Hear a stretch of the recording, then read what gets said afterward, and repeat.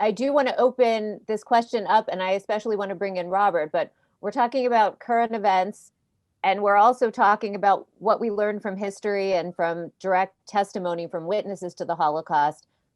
Robert, what is your view on anti-Semitism now, what the risks are, and more broadly, talking about that in the context of International Holocaust Remembrance Day?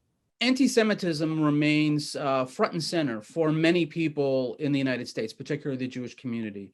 In 2019, which is the year that we have the most recent FBI hate crime stats, we saw a 14% increase in hate crimes directed against Jews.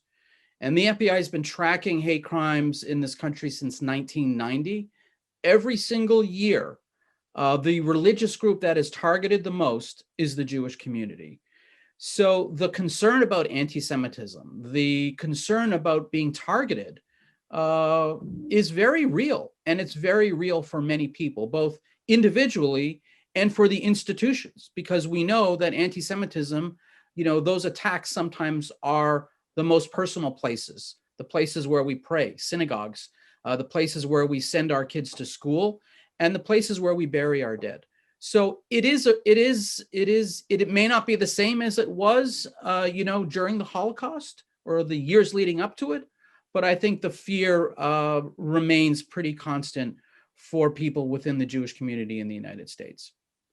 The other thing that I think is really critical, particularly on a day like this, when we're actually focused on the past, is now that we've completed a mission of giving the survivors a voice, we have a responsibility to make sure that people hear that voice, and that the voices that are now recorded are heard by future leaders, by students.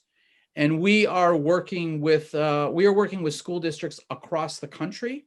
There are 15 states right now in the United States where Holocaust and genocide education is mandatory. So we have a lot of work to do.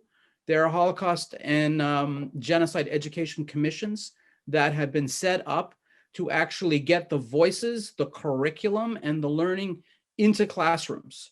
New Hampshire is, a perfect example where they passed a law in July that Governor Sununu signed. And hopefully by next school year, all New Hampshire students are going to have some form of education. They will actually be hearing those voices. And developing those leaders and that moral compass based upon these lessons is critical for the future.